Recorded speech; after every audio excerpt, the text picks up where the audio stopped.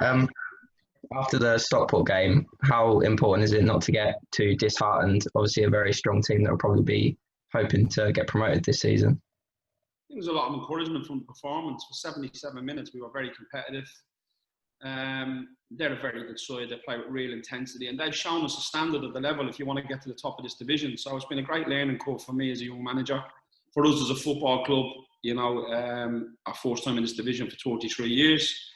And it just shows you where you got to get if you want to get in the top echelons of this division. So I spoke to the players last night in training. I was really proud of our performance. Our running stats are amazing. The work ethic's amazing. And once we keep to that work ethic and keep that togetherness and not get too down when we get beat, it's very important mentally, because we don't want to knock confidence. We just got to pick our fights. Like I said yesterday after the other evening after the game, we got to pick our fights. And Stockport's not a fight for us. It was a free game. So it was a great game to watch, to be fair. I thought we played really well. Some of our counter-attack and attacking play was excellent. And some of their play, the intensity they play with is superb. So it's a great learning curve for everybody at the football club. You mentioned about the midweek games when we spoke earlier this season about how tricky they'd be. Obviously, you being part-time and teams being full-time. And I guess that game kind of showed the task of those midweek games against strong sides like Stockport. Yeah, it's the biggest jump in football for me. From the National League South part-time team to go into the National League and everyone's full-time. That's the biggest jump in football for me. And you've seen that over the years. If you look at Boreham Wood, they're a great example of it. They went up, they stayed up by the skin of their teeth, they stayed part-time, then they changed to a hybrid system. They're a great example of how it can work. So look, I don't know if our football club will ever be able to do that, but that's really what it takes at this level. So we've just got to not create crazy expectations, and we've got to make sure we stay focused on what we're looking to achieve this season. Was there any injuries suffered in the game, and what's the sort of team news ahead of Wrexham on Saturday? No, everyone's cool. Denan Lewis managed to train last night. The only person that'll be missing is Connor Stevens. He's still out, so it's frustrating. That's where you need the squad and someone else to get an opportunity. Yeah, obviously you mentioned Connor Stevens still being out there. I mean, he's quite a big miss, isn't he? Because he was quite ever present at the back for your team last season and played a big part in getting promoted. Yeah, huge player for us. And it's one of the key positions I always found in recruitment. This is my 9th year of management. In recruitment, centre-halves are the hardest to recruit. You can get centre-forwards, you can get midfielders, but good top centre-halves, which I feel Connor is. I think he's a strong player for this level. He hasn't kicked the ball for us yet, and you've sort of seen that. You can see the 8 goals in 3 games, so that's not ideal. So the sooner Connor's back, the better. So obviously Wrexham up next. What kind of challenge are you expecting from them? A similar one to Stockport? Obviously quite a big club for the level. I'm sure they'll want to be up there, especially with this Hollywood backing that's apparently incoming at the club. Yeah, I think, look, they're a very technical side. They play a different style to Stockport. They're not as intense as Stockport. Real technical side. Another manager was a technical player himself. Really good, clever player, to be fair. So look, it's one of them games where it'll be contrasting styles, and how we handle that is going to be very important. The game will be intense, but it won't be as much pressing. To be fair to Wrexham, we've got a lot of natural ability within the squad. They're both fullbacks are very similar to ours. They're very dynamic. They're very quick. They try to play through the towards. They try to get through midfield. They've got pace in the top line. So they've played 2 formations so far this season: 4-3-3. With 2 8s, and they've played 4-4-2, which they changed to half-time against Maidenhead on the telly on Monday night. So it's definitely a contrast in styles, and we'll see how we get on with the game. Wrexham probably are, because of the size of the club, expected to be in the top 7. So their expectation to ours is different, but these are the challenges we're looking forward to taking on, and I think it'll be a good technical game, this game. So hopefully we can affect the game with our game plan. The fixture list obviously hasn't been too kind to you at the start of the season. You've had quite a lot of clubs that probably will want to be up there, but how important is it to get the first win on the board early rather than having to wait until sort of later in the season for morale? I think every point's going to matter.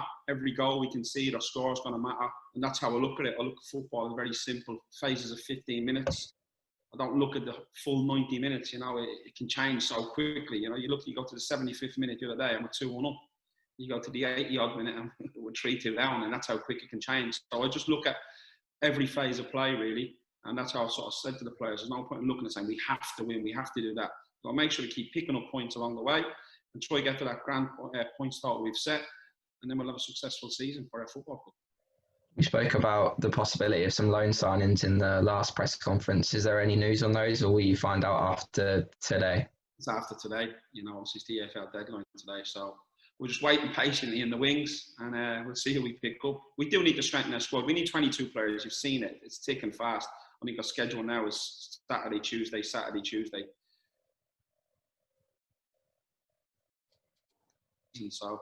we need 22 players, and that's very important.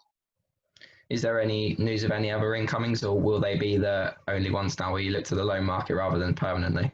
We've no money for permanent. We've had to obviously let go members of staff and stuff like that. So we've no money for permanent. Anything we do now has to be free transfers, in the sense of loan transfers.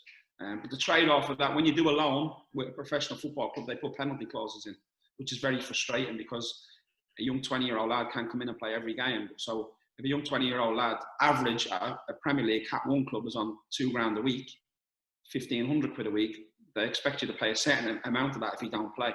So we don't have the money to do that. So we're going to really call on favours in the loan market.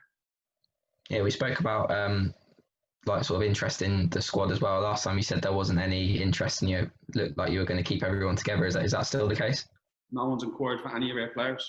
Nobody whatsoever. So, I don't know what that tells you. I think we have got good players. Well, I know we have good players. I know we have good players. And I know a lot of them can do really well at the level.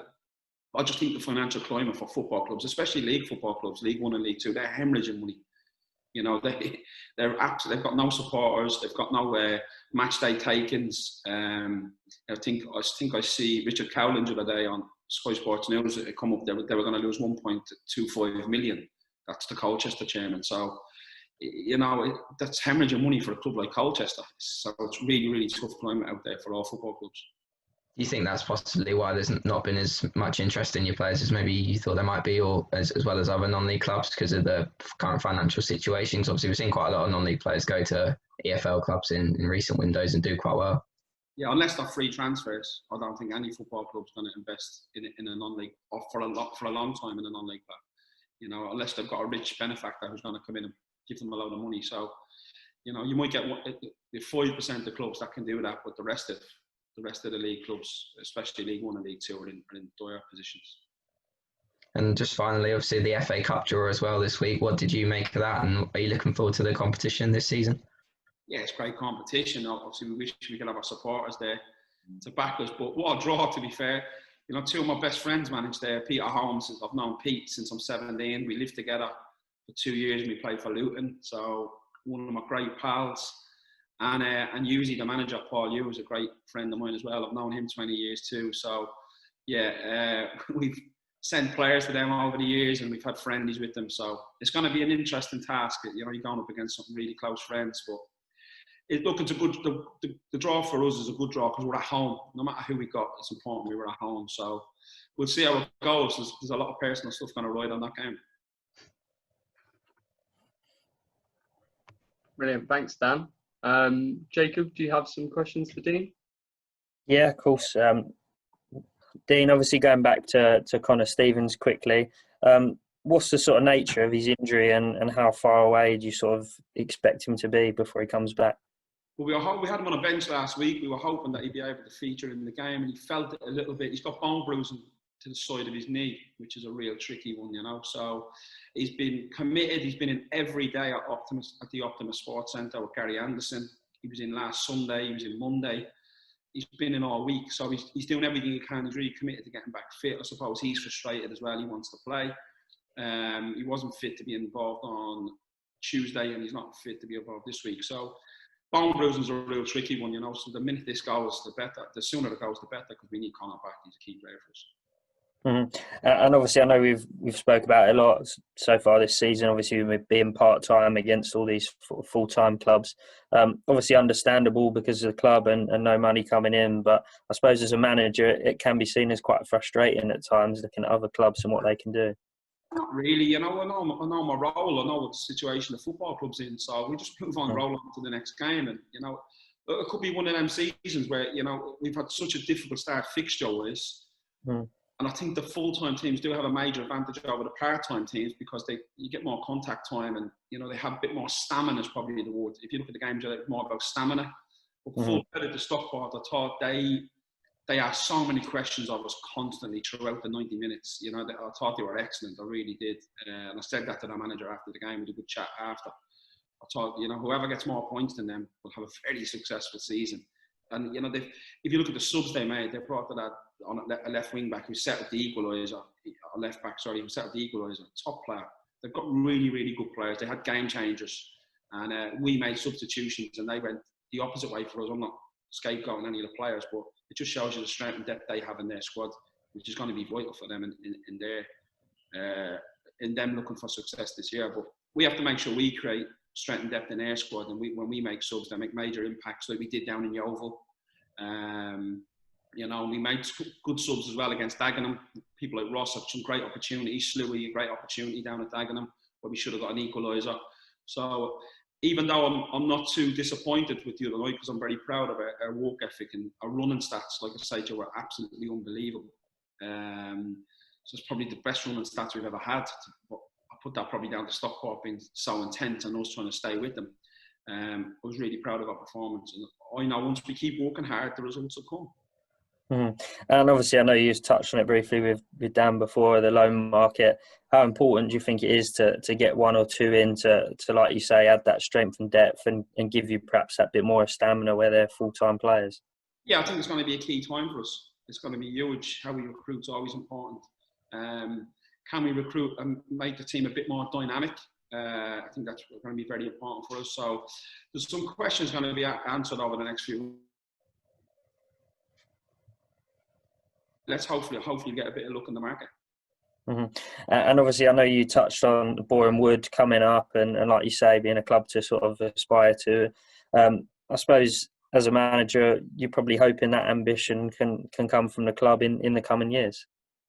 Well, I think it's going to be difficult. I have to be honest. You know, great relationship with the chairman Rory and Dom and the board and Nick. You know, Andy Lav and people like that. I've got a really strong relationship with them. It's going to be so difficult for a football club to do that. We have to grow in so many aspects off the pitch. So we just have to know where we're at, and we have to respect that. You know, I'm not going to cripple this football club by demanding, you know, 15 grand a week wage bills. We have what we have. We're in the position we are.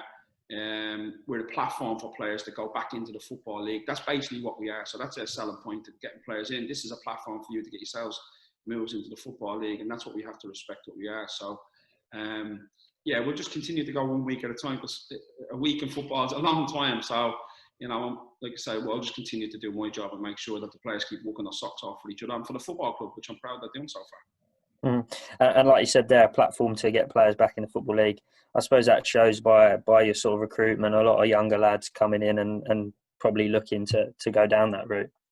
Yeah, I think, look, if you're a young journalist, you know, you're looking for an opportunity, aren't you? You know, if you're a seasoned journalist, you're going to want to be paid like a seasoned journalist. So we haven't got season money to sign seasoned players. I think the average age of their team the other day was about 28, 29.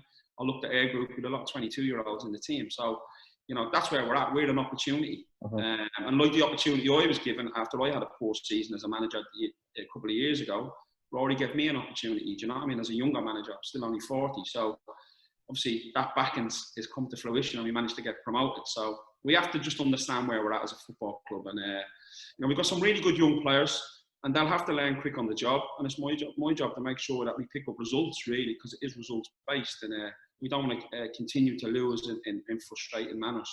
But once we keep working hard, that's the key. Work hard, stick together, keep playing the way we play, results will come. And obviously in terms of the FA Cup tie, I know you've touched on it already, coming up against some friends. Probably not thinking about it too much yet, though, with a couple more league matches, but it'd probably be a nice break from the league and a special competition to always be involved in.